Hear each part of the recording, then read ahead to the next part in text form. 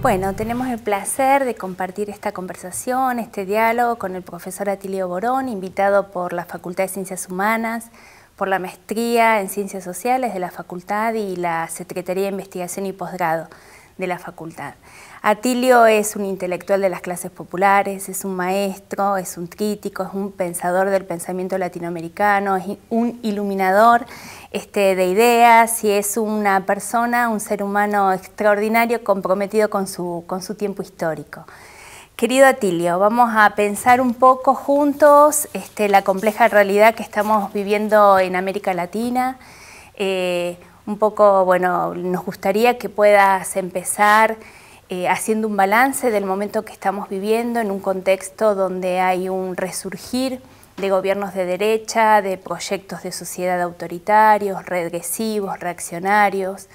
¿Qué balance podés hacer de este momento de América Latina? Bueno, primero de nada agradecer la invitación, Silvia, muy amable a vos y a la gente de las diferentes unidades de la UNICEN. Es un gusto estar acá una vez más. Balance, a ver, yo diría, es una situación muy variada, ¿verdad? América Latina es un rompecabezas muy heterogéneo. Yo diría, por una parte tenés procesos involutivos que se dieron en países como la Argentina y Brasil muy fuertes. Por otra parte, ha habido un país muy importante en América Latina como México que se incorpora tardíamente al ciclo progresista. Esto a veces la prensa que siempre bate el parche con el hecho de que bueno, se acabó la época de los populismos, que además es un error llamar así a aquellos gobiernos, ¿no? Hay otra caracterización que es más adecuada. Pero en todo caso se ignora de que sí, evidentemente hubo una involución en Argentina, en Brasil, pero al mismo tiempo hubo una evolución positiva en el caso de México. Un estancamiento terrible en la situación colombiana, que justamente en estos días acaba de relanzar su actividad nada menos que la FARC. Que es la guerrilla más antigua de América Latina, la más antigua del mundo, y que la relanzan precisamente porque no se cumplieron los acuerdos de paz, que fue lo que yo modestamente predije en su momento, porque ya se habían intentado en dos ocasiones anteriores establecer la paz entre el Estado colombiano y las fuerzas de la insurgencia.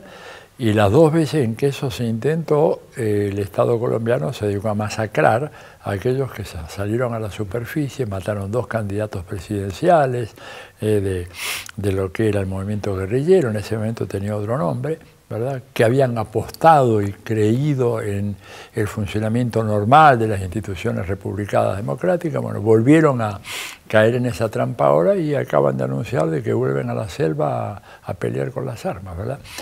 Entonces, tener una situación muy complicada, países en involución, Argentina, Brasil, países que evolucionan, México, países que ya se han cristalizado una situación delicadísima en Colombia, una situación muy complicada en Venezuela, tal vez después podríamos hablar un poquito más en detalle porque es un caso muy atípico. Bolivia, que es el éxito más resonante en términos económicos de América Latina, lo dice el Financial Times, lo dice el Wall Street Journal, o sea, la prensa financiera mundial habla del caso boliviano como el de mayor desempeño económico en estos últimos 10 años en toda la región, ¿verdad? Con un cambio fenomenal hecho por el presidente Evo Morales, que ahora, bueno, busca su reelección en octubre. Uruguay, que mantiene este gobierno del Frente Amplio, nuevamente con un candidato como Martínez, que ya no tiene el carisma de los anteriores, ni de Tabaré, ni el de Pepe Mujica, pero se espera que haga una buena elección. O sea, un panorama muy cambiante. Centroamérica con situaciones muy terribles, ¿verdad? En Honduras, ese gobierno que fue de alguna manera surgió del fraude electoral después del golpe que se le hizo a Mel Zelaya en el 2009. Paraguay también en el 2012.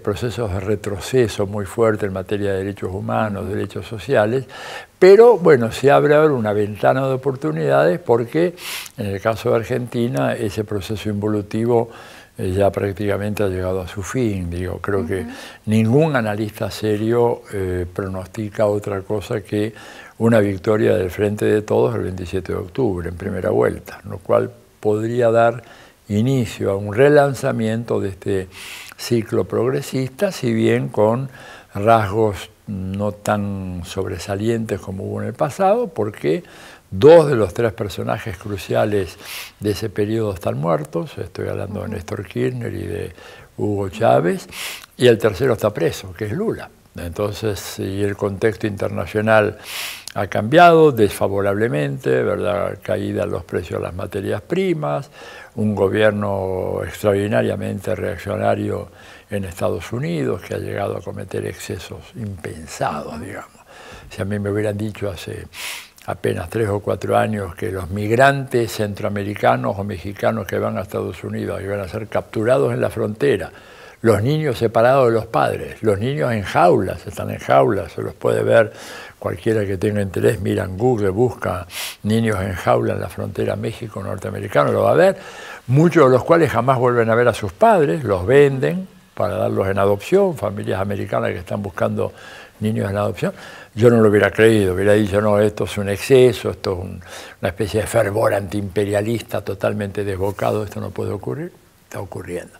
Entonces, tenemos un continente en ebullición con un cuadro muy complejo, ¿verdad? Con un Estados Unidos lanzado, un gobierno de Estados Unidos lanzado brutalmente para tratar de controlar esta región, ¿verdad? Con ataques muy fuertes en contra de Venezuela, en contra de Cuba, Nicaragua, sosteniendo al gobierno de Macri más allá de lo que jamás hubiera sostenido ningún otro gobierno de Estados Unidos, con un apoyo financiero a través del Fondo Monetario Internacional, que es el más grande en la historia del fondo, más grande en toda la historia del Fondo Monetario. Nunca el fondo otorgó un préstamo de 57.000 y tantos millones de dólares a un solo país, y en una operación fulminante. Y esto, bueno, simplemente porque Trump dijo le dan el dinero, nada más, ¿no? No hubo ni un informe técnico, ni un estudio de factibilidad, que habla, digamos, de la necesidad de sostener gobiernos como el de Macri acá en América Latina y, bueno, y ahora tratar de ver si logran salvarlo de lo que para mi juicio es una materia ya consumada, que es una derrota de ese experimento y un nuevo comienzo que va a ser muy difícil para la Argentina, pero con otro signo político, con una política social y una política de integración latinoamericana en línea con lo que se empezó a hacer a comienzos de este siglo y que va a ser una muy buena novedad, ¿no? Atilio, ¿no? Planteas un panorama complejo, diverso, reafirmando justamente la heterogeneidad de la trayectoria de esta unidad y diversidad de América Latina, ¿no? Sí. En esa diversidad y unidad, con el papel que está teniendo Estados Unidos y con el papel específico de la presidencia de Donald Trump, ¿cuál considerás vos que es la injerencia diferencial en términos geopolíticos en la región? Bueno, Estados Unidos ha estado siempre presente en la política latinoamericana, ¿no? Pensar de que esto arranca con Trump, digo esto porque no por tu pregunta, sino porque me evoca muchos comentarios y lecturas que he hecho. Mucha gente dice, bueno, ahora con Trump. No, siempre, ¿verdad? A ver, quien declara a Venezuela como amenaza excepcional a la seguridad nacional y a los intereses de Estados Unidos es Barack Obama. Digo, que fue de los últimos 30 años el presidente más progresista que tuvo Estados Unidos. Entonces, Estados Unidos siempre ha intervenido de manera muy fuerte y yo diría de manera sistemática desde 1823, cuando se establece la doctrina Monroe, ¿verdad?, de una manera muy clara. Esto se hace incluso antes del Congreso Anfictiónico, convocado por Bolívar en Panamá en 1826. O sea, antes ya de eso, Estados Unidos tenía muy clara la idea de que esta región del mundo les pertenece, y eso lo siguen diciendo aún hoy, ¿verdad?, en voz baja, porque es de muy mal gusto, pero yo he estado en seminarios con muchos colegas americanos, y algunos de ellos muy conservadores, y bueno, fuera de cámara, ¿verdad?, tomando un trago después de las reuniones de un seminario muy académico en el hotel, y de repente dice, bueno, Atilio, la verdad, you belong to us, dice, no, si ustedes nos pertenecen a nosotros. ¿Quién va a mandar en este enorme, ellos dicen, en esta enorme isla americana que va de Alaska a Tierra del Fuego? ¿A quién le das el liderazgo? A ver, ¿se lo das a Argentina? ¿Se lo vas a dar a Bolivia, a Guatemala, a Brasil, México, países tumultuosos, inestables, conflictivos? El único país serio que puede ser líder de esa región somos nosotros. Entonces, simplemente reconcíliense con la realidad y ya tengan gobierno, no que sean absolutamente dependientes de nosotros, pero que no se nos interpongan en el camino y que cuando decimos una cosa, bueno, obedezcan. Te digo, esto es terrible, pero así me lo han planteado. Incluso, qué sé yo, un tipo como Brzezinski, que fue el gran estratega junto con Kissinger en los últimos 50 años de Estados Unidos, en el libro más importante de él, que es El Gran Tablero Mundial, un libro que aparece en Estados Unidos en 1997, claramente dice que no habla de América Latina y Centroamérica y México y el Caribe porque su libro trata de política exterior. Y la América Latina no es un tema de política exterior de los Estados Unidos, sino un tema de política doméstica, ¿verdad? No es un tema en el cual Estados Unidos está dispuesto a discutir presencia, hegemonía, supremacía con ningún otro país del mundo, como sí lo está dispuesto a hacer, lo hace por necesidad en Medio Oriente, en África, en Asia, en Oceanía o en Europa, pero no en América Latina, porque América Latina es nuestra. Entonces, ellos intervienen. ¿De qué manera intervienen? Vía militar, ¿verdad?, vía Fondo Monetario Internacional, vía Banco Interamericano de Desarrollo, vía una enorme multiplicidad de ONGs, vía las iglesias evangélicas que ellos instalaron como política de Estado en los Estados Unidos, porque mucha gente se pregunta de dónde vinieron. Vinieron de Estados Unidos. Sería muy largo, habría que hacer un programa entero sobre el informe Rockefeller recomendándole al presidente Nixon para contrarrestar la teología de la liberación, implantar en América Latina comunidades cristianas procapitalistas, proliberales, y entonces empezaron ellos a mandar a esa gente acá, y eso ha tenido realmente un éxito extraordinario. Entonces intervienen de muchas maneras, intervienen con institutos de enseñanza de inglés, con ONG supuestamente imparciales y técnicas que en realidad obedecen a ellos, intervienen financiando líderes políticos, incluso en la Argentina han financiado a algunos líderes de los partidos más vociferantes de la izquierda. Entra a la Open Society Foundation en la página web y ahí vas a ver, para tu sorpresa, el nombre de los dirigentes políticos que han financiado en América Latina, dos prominentes dirigentes de partidos muy radicales de izquierda, que votaron en blanco en la última elección del 2015, que están ahí financiados por la Open Society Foundation. ¿De quién es la Open Society Foundation? De George Soros, nada menos.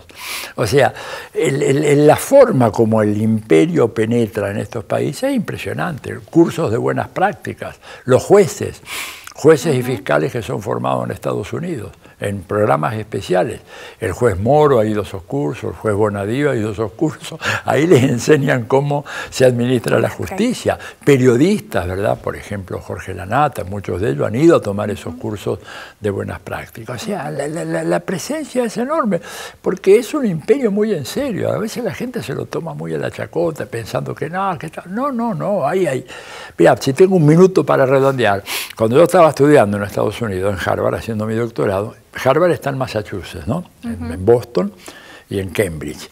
Y entonces nos invitan, como una ocasión especial, a un grupo de estudiantes ya avanzados en el doctorado, a visitar las oficinas del senador Kennedy, Edward Kennedy, que era uno de los líderes más progresistas que había, ¿verdad? Un hombre que siempre estuvo en contra de la dictadura de Pinochet, de Videla, etcétera, etcétera. Vamos a ver la oficina de él. Yo conocía otras oficinas de Senado acá en la Argentina y en Chile, país en el cual viví un tiempo también, pero el despacho del senador Kennedy era un centro de investigaciones. Tenía 120 doctores, 120 PhDs, ¿verdad? 120, todavía recuerdo hoy, era un piso enorme en donde había el escritorio Argentina, el escritorio de Brasil, el escritorio de Ecología, el escritorio de Derechos Humanos, militares, cuestiones de China, Corea del Norte, ecología. Es decir, un equipo impresionante de gente trabajando, elaborando informes para un senador. Claro, era uno de los senadores más importantes. Pero esto habla de que hay un proyecto imperial muy seriamente fundado sobre base de informes de inteligencia y estudios y análisis realmente sorprendente. Y te digo una sola cosa chiquita porque no puedo dejar de mencionarla. Yo hice mi tesis sobre la Argentina, la constitución del Estado oligárquico en la Argentina de entre 1880 y 1930, ¿verdad? Al fin de las guerras civiles, etc. Mi sorpresa fue mayúscula cuando en Harvard, ni siquiera en la Biblioteca del Congreso, en Harvard yo voy a averiguar qué materiales tenía para el estudio y me encuentro con la colección completa en papel de La Nación y La Prensa desde el momento en que esos dos diarios aparecieron en Buenos Aires en la década de 1870. No te imaginas mi emoción, mi sorpresa y al mismo tiempo mi temor, diciendo, bueno, estos tipos nos tienen estudiados, pero hasta el más mínimo detalle. Imagínate vos, yo no sé si hoy acá en la Argentina hay una colección en papel, completa, encuadernada, de La Nación y La Prensa desde la década de 1870 para acá. Bueno, esto es un imperio, y un imperio en serio.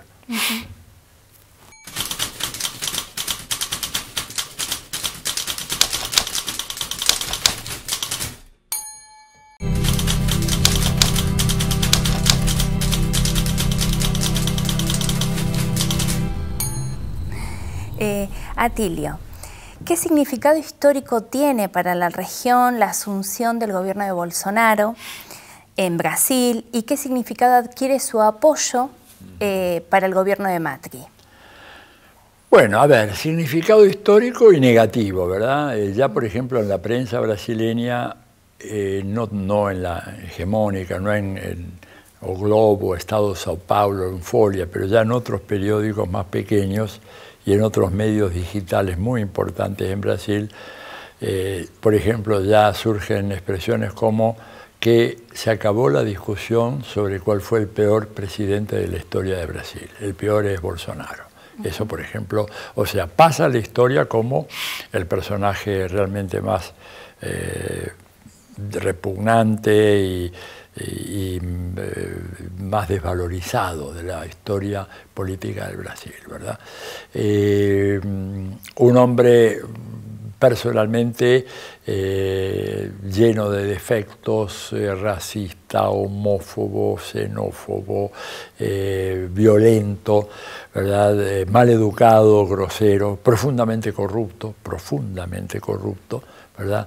Un impostor, pero un impostor inventado por la clase dominante brasileña. Acá no tenemos que nosotros caer en la trampa de pensar de que Bolsonaro en realidad... No, Bolsonaro es un muñeco que pusieron ahí, que necesitaban de él para justificar, ¿verdad?, una maniobra, ¿verdad?, sacar a Lula de la carrera, ¿no es cierto?, ensalzarlo como si fuera un gran personaje, presentarlo de una manera absolutamente falaz, como un hombre que venía a renovar la política brasileña, presentándolo como un outsider famoso, ocultando el hecho de que Bolsonaro estuvo, antes de ser presidente, 28 años como diputado en la Cámara de Diputados del Congreso de la Nación brasileña.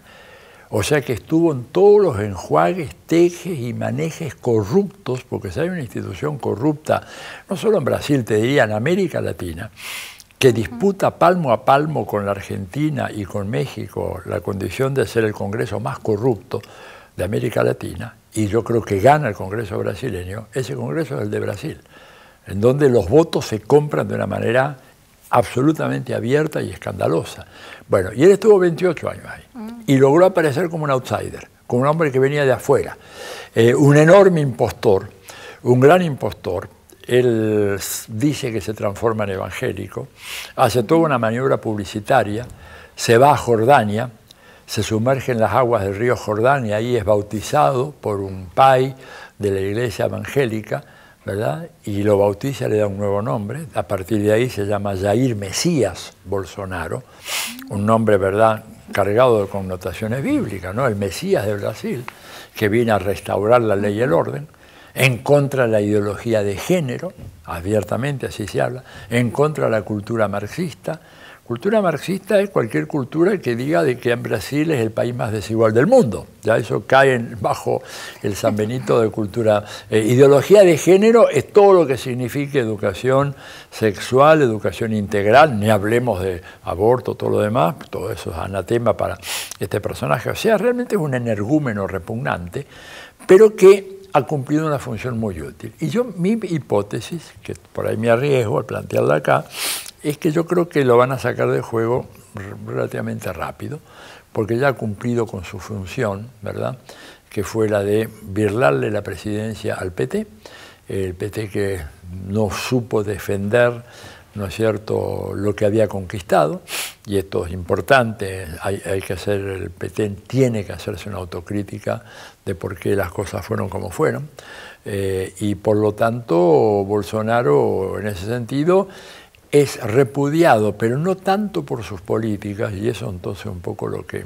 sintetiza la primera parte de tu pregunta, sino por los gestos y sus modales y sus exabruptos, pero en el fondo está haciendo lo que a él le habían dicho que tenía que hacer.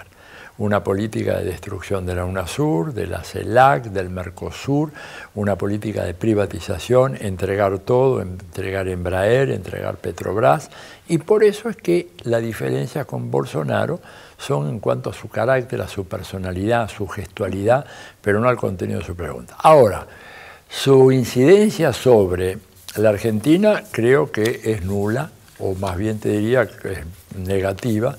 Creo que el apoyo que le dio al presidente Macri le hizo un muy flaco favor.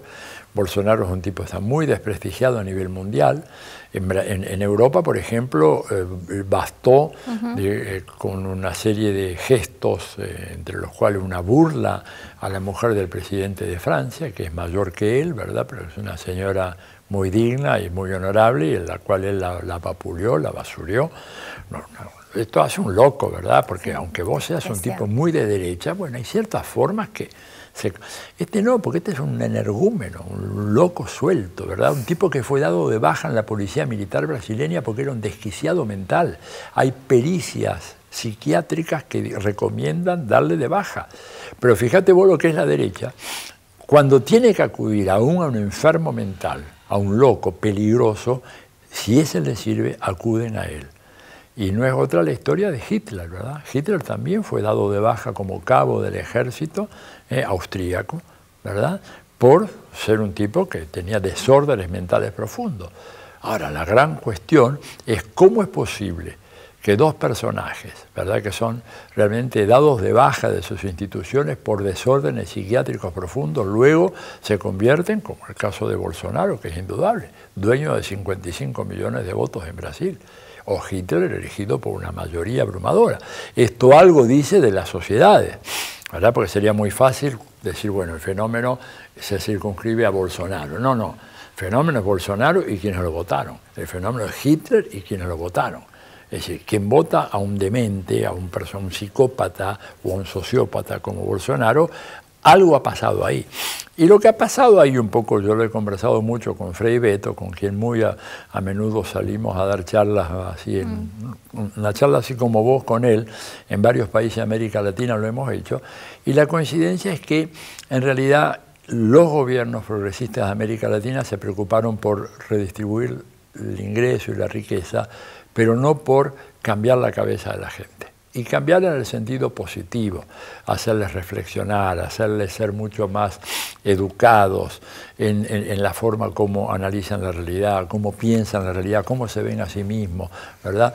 Beto dice, nosotros en Brasil creamos consumidores, pero no creamos ciudadanos, ¿verdad?, o ciudadanas. Y lo mismo puede decirse de la Argentina y de otros países de América Latina. Entonces, ante esa situación, ante ese cuadro, aparece Bolsonaro con todo un inmenso aparato público publicitario abrumador, más el manejo de los Big Data famoso, más la Cambridge Analytica, que se puso ahí a trabajar muy a fondo en el caso de Brasil, y logró este desafortunado milagro de un presidente así, pero con una imagen tan mala que su apoyo a Macri yo creo que le restó muchos votos a Macri acá en la Argentina. Bueno, continuando un poco recorriendo, ¿no?, América Latina, desde el surgimiento de Hugo Chávez como líder continental, reconocemos a Venezuela como un país que ha tenido un lugar protagónico en las experiencias de lucha y de resistencia antiimperialistas de nuestro continente. Sí. Hoy conversabas vos un poco la situación compleja de Venezuela. ¿Qué elementos podés señalar del presente de Venezuela? Bueno, Venezuela es un país que está en guerra, hace 4 años que está en guerra, y cuando vos tenés un país en guerra es evidente que la economía funciona de manera muy deficiente. Digo. Cuando Francia estaba en guerra, había sido invadido por los nazis, había dificultades para conseguir alimentos, medicina. Cuando Inglaterra estaba atacada, ¿no es cierto?, también por el gobierno, por los nazis, había dificultades también allá.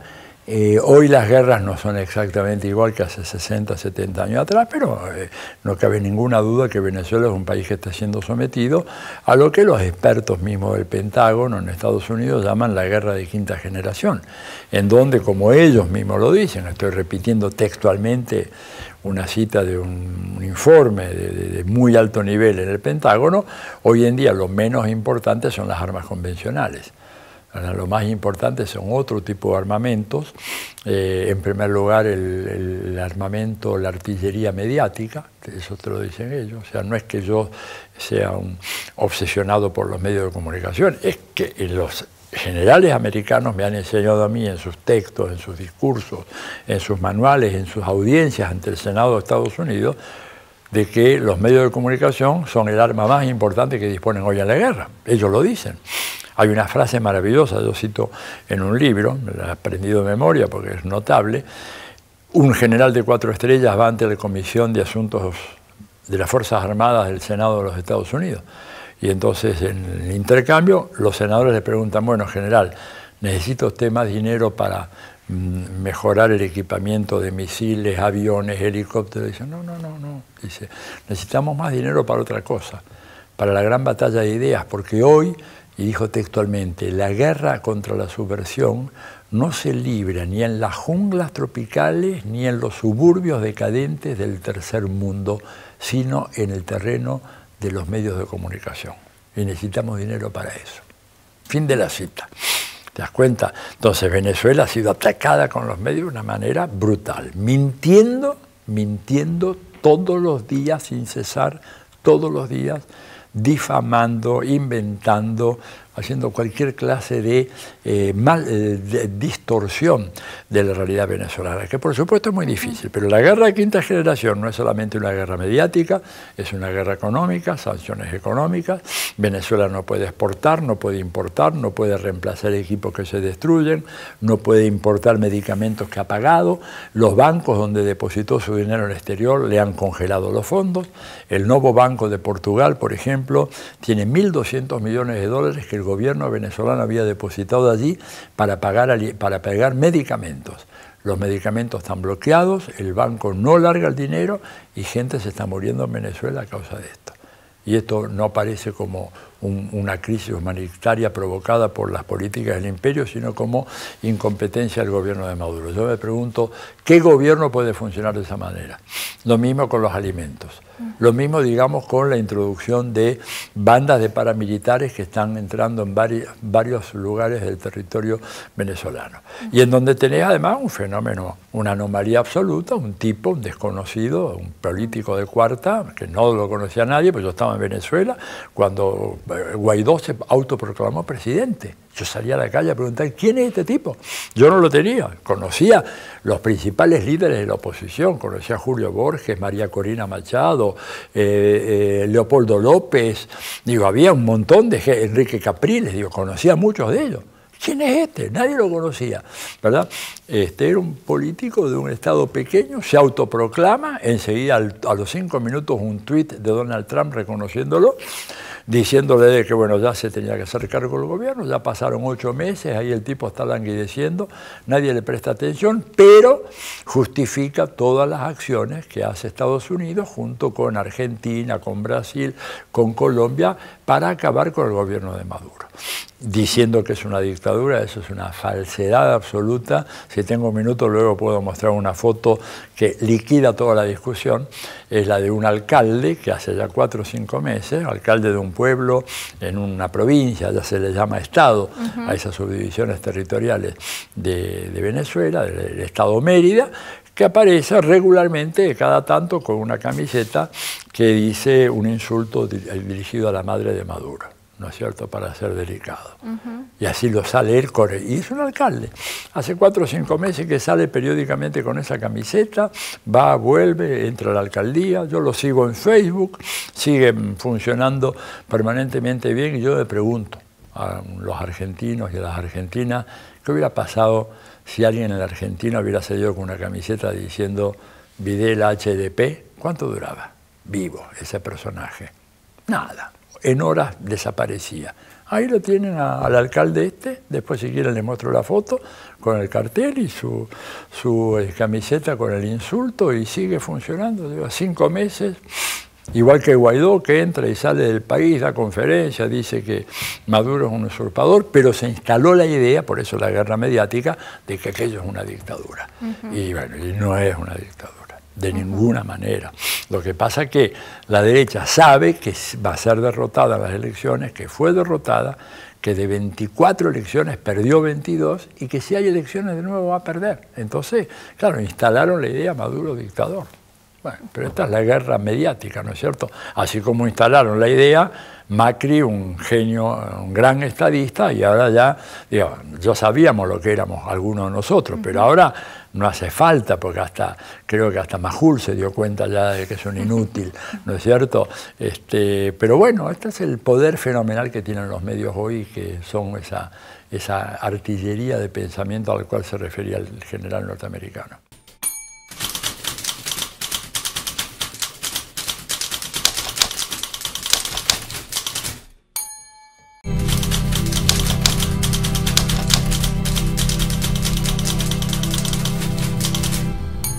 ¿Ese es el alcalde? Este es el alcalde, un hombre joven, ¿verdad? Tiene incluso otras fotos, ya por respeto incluso a él y su familia, aparece con la señora y una nenita chiquita, todos con la misma camiseta diciendo lo mismo. Pero es un escándalo. Sin embargo, el hombre sigue circulando por ahí, nadie le intervino al municipio, organiza sus actividades, habla de que mi presidente es Juan Guaidó, desconozco al señor Maduro, no sé quién es, un usurpador, un narcogobernante. Sigue ahí, imagínate vos. ¿Qué pasaría si acá, digamos, un intendente le dijera a Macri que es un narcogobernante? Digo, enseguida se pondrían en marcha algunos mecanismos institucionales, claro, lo revoca el mandato, no sé, hay algo. En la dictadura de Maduro no hay ningún problema, podés decir lo que quieras. Entrás, salís del país como hace Guaidó, se reúne, va y pide a la gente del Comando Sur que intervenga militarmente en Venezuela, lo cual revela que es un idiota, porque cualquiera que sabe lo que es una guerra, él va a pensar acaso que si hay una intervención militar norteamericana, esa fuerza expedicionaria va a diferenciar chavistas de antichavistas. Van a entrar a Caracas matando a medio mundo, como hicieron en Libia, como hicieron en Bagdad, como hicieron en todas las ciudades en donde entraron, ¿verdad? O sea, no discriminan. Por eso hablo de que este Guaidó fue un estúpido total. Al proponer eso, es un criminal, tiene su familia ahí, el hombre no se da cuenta, pero es tan idiota que no se da cuenta que al pedir una intervención americana, su propia vida y la de su familia está en peligro. No solamente los chavistas. Cuando vos tirás cohetes con drones, ¿no es cierto? No es que apuntan solo a los chavistas, no pueden.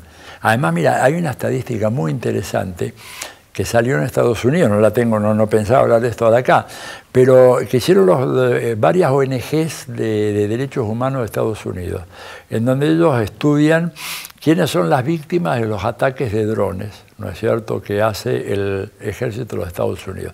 Bueno, básicamente la cifra es que el 90% de las víctimas son civiles que no tienen nada que ver con los terroristas. El 10% son blancos objetivos que el gobierno de Estados Unidos estaba buscando, pero el 90% son daños colaterales. Entonces, cuando Guaidó propone eso, lo hace de una mezcla de ignorancia y estupidez. No se da cuenta que es un tema que, si se llega a dar esa invasión, va a ser un baño de sangre en donde morirán por igual chavistas y antichavistas. Pero bueno, el hombre realmente no le da la cabeza para pensar más allá de esto, ¿no? Atilio, nos recorriste, digamos, una larga trayectoria de injerencia norteamericana en nuestra región, en nuestro continente. Pero esa injerencia no se da sin resistencias, ¿no? Sin luchas, sin inflexiones. Mencionaste la inflexión de México. Un poco también estamos asistiendo en Argentina a un momento de intentar poner freno a un gobierno de derecha y poner freno, digamos, al resurgir de propuestas neoliberales. ¿Pensás vos que se abre una posibilidad regional para construir agendas populares emancipatorias desde abajo? Digamos, más allá de los gobiernos, ¿considerás que es un momento posible para resurgir estas propuestas emancipatorias? Y eso, a ver, es muy difícil hablar de vuelta de América Latina en su conjunto, dada la enorme heterogeneidad de situaciones, ¿verdad? En México hay una movilización desde abajo muy fuerte, ¿no es cierto? Un amigo común, Lucio Oliver, hablaba los otros días en Brasil de una especie de insurrección electoral. Lo que hubo en México fue una insurrección de carácter electoral que llevó al triunfo a López Obrador. En otros países tenés un panorama mucho más aplastado. Por ejemplo, Brasil, desgraciadamente, lo que se ve es un grado de desmovilización, de derrotismo, de desesperanza muy grande. Ahí Brasil, el proceso es mucho más lento, ¿verdad? Una sociedad mucho más sometida, con una larga tradición de esclavitud, que no es una cuestión menor, y que Brasil, como el último país independiente del mundo en abolir la esclavitud, todavía yo creo que sigue siendo víctima de un rezago cultural propio de 4 siglos de esclavitud. No es una cuestión menor esa.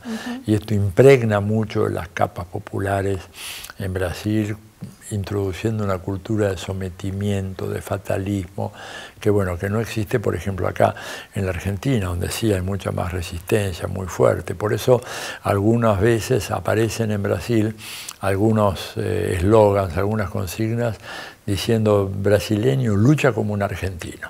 Eso dicen eso. Lota como si fueras argentino. Y porque ellos no luchan así.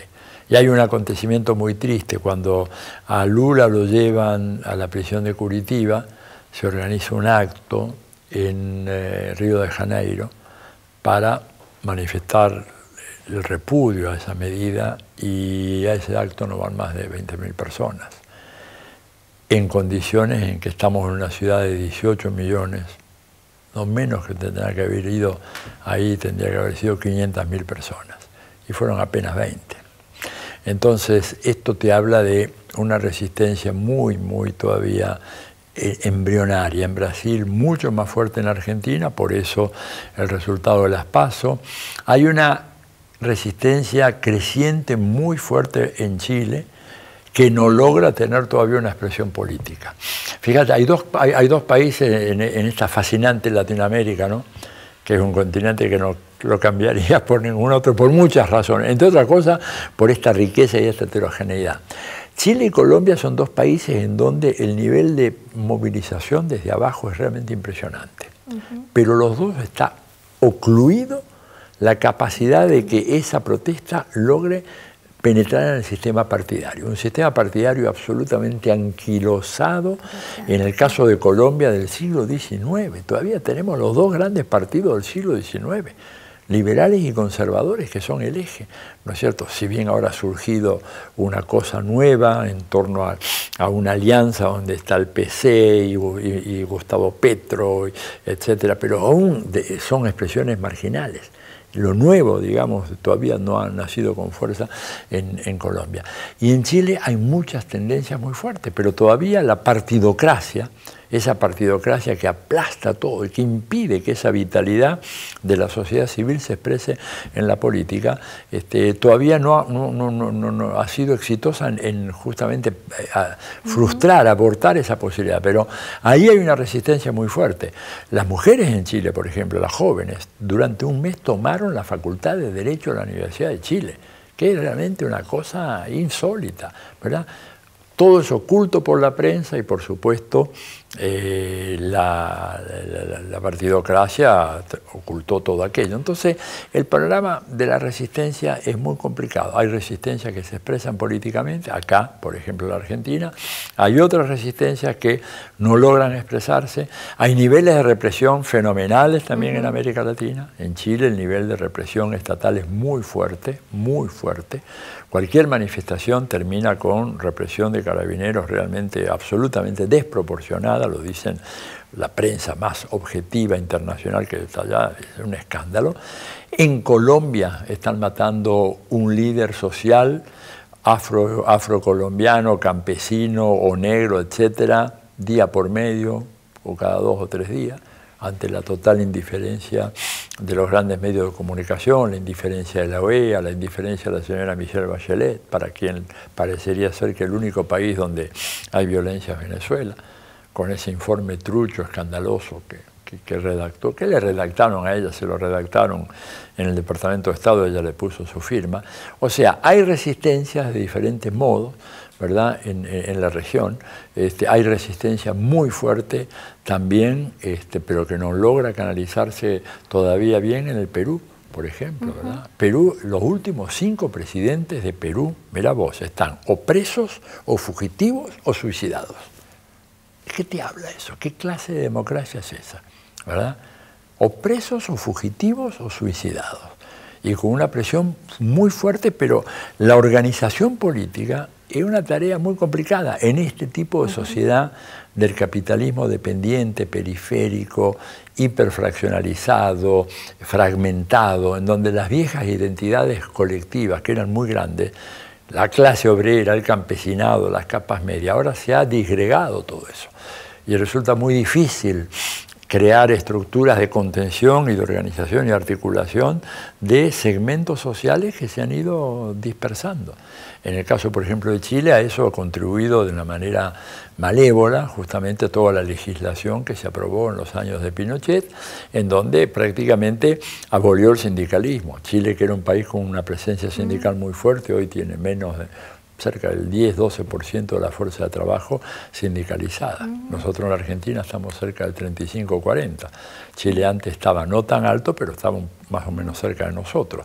Y se ha fragmentado. Entonces todo eso hace que la resistencia exista, pero que no penetre en la vida política y dé lugar a una alternativa de recambio. Ese es un poco el panorama. Pero sería un error decir de que acá hay pasividad, hay aquiescencia. No la hay, solo que el paso a la política, el salto de la resistencia social a la política, siempre es un salto muy complicado y que no siempre se realiza exitosamente o se puede realizar exitosamente por las trampas que impone la democracia capitalista, que son muchas, ¿no? Bueno, muchos desafíos tenemos entonces nuestros pueblos por delante, ¿no? De fortalecimiento de la organización, de la conciencia popular. Son cosas claves. La organización es fundamental. Si hay algo que hizo el neoliberalismo en todos estos años en América Latina, es desorganizar profundamente a nuestras sociedades, ¿verdad? Y sobre todo de las capas medias para abajo. Ahí la desorganización es total, mientras ellos se organizaban muy bien desde arriba. Esa es la otra cosa. Acá hay un fenómeno que es, por una parte, desorganizar abajo y organizar arriba. Después, la lucha por la conciencia, evidentemente ellos con el enorme poderío mediático que tiene, es una lucha muy cuesta arriba, ¿verdad? Es decir, pensá que aproximadamente el 92-93% de todos los circuitos de comunicación social que hay en la Argentina están en manos de los 2 grandes oligopolios de Clarín y Nación. Entonces, una batalla muy desigual. Yo celebro que tengamos esta televisión universitaria y las de otras universidades acá en el país, pero digamos la fuerza que tienen aquellos son verdaderos dinosaurios, ¿verdad? De la comunicación, que tienen un poderío fenomenal. Pero bueno, de a poco las redes sociales están ayudándonos, ayudan también a ellos, pero nos ayudan más a nosotros. Yo por eso siempre digo que nosotros tenemos que utilizar esto. Este es un arma de comunicación, pero todavía no hay conciencia de que nosotros debemos convertirnos en productores de noticias y dejar de ser consumidores de noticias. Y yo uso una expresión que a la gente a veces le gusta mucho, aunque algunos se asustan, digo, este es mi Kalashnikov, mi rifle de asalto, ¿verdad? En la batalla, estamos en una batalla de ideas, no me digan que no, en una batalla donde nos inundan de mentiras, de calumnias, de difamaciones, de tergiversaciones absolutas, ¿verdad? El discurso los otros días del ministro de Hacienda, hablando del reperfilamiento de la deuda, cuando quiere decir default selectivo de la deuda externa argentina. Pero la prensa toma ese neologismo que no existe, ¿verdad?, a manera, como modo de engañarnos. Entonces, ante eso, bueno, la Kalashnikov, es decir, yo he tuiteado algunas cosas sobre esto y me parece que hay que hacer que la gente tome conciencia que tenemos un arma en nuestras manos y que tenemos que utilizarla. Y el arma es producir las noticias que los grandes medios no quieren dar a conocer. Y en esa lucha se pueden lograr resultados muy, muy importantes. Bueno, Atilio, gracias por participar en esa lucha, por contribuir con tu conocimiento, por desnudar el engaño. Bueno. Gracias por estar acá en la UNICEN y por ser parte también de las actividades que planificamos en la Facultad de Ciencias Humanas. Bueno, soy yo quien les doy las gracias y hasta muy pronto. Entonces.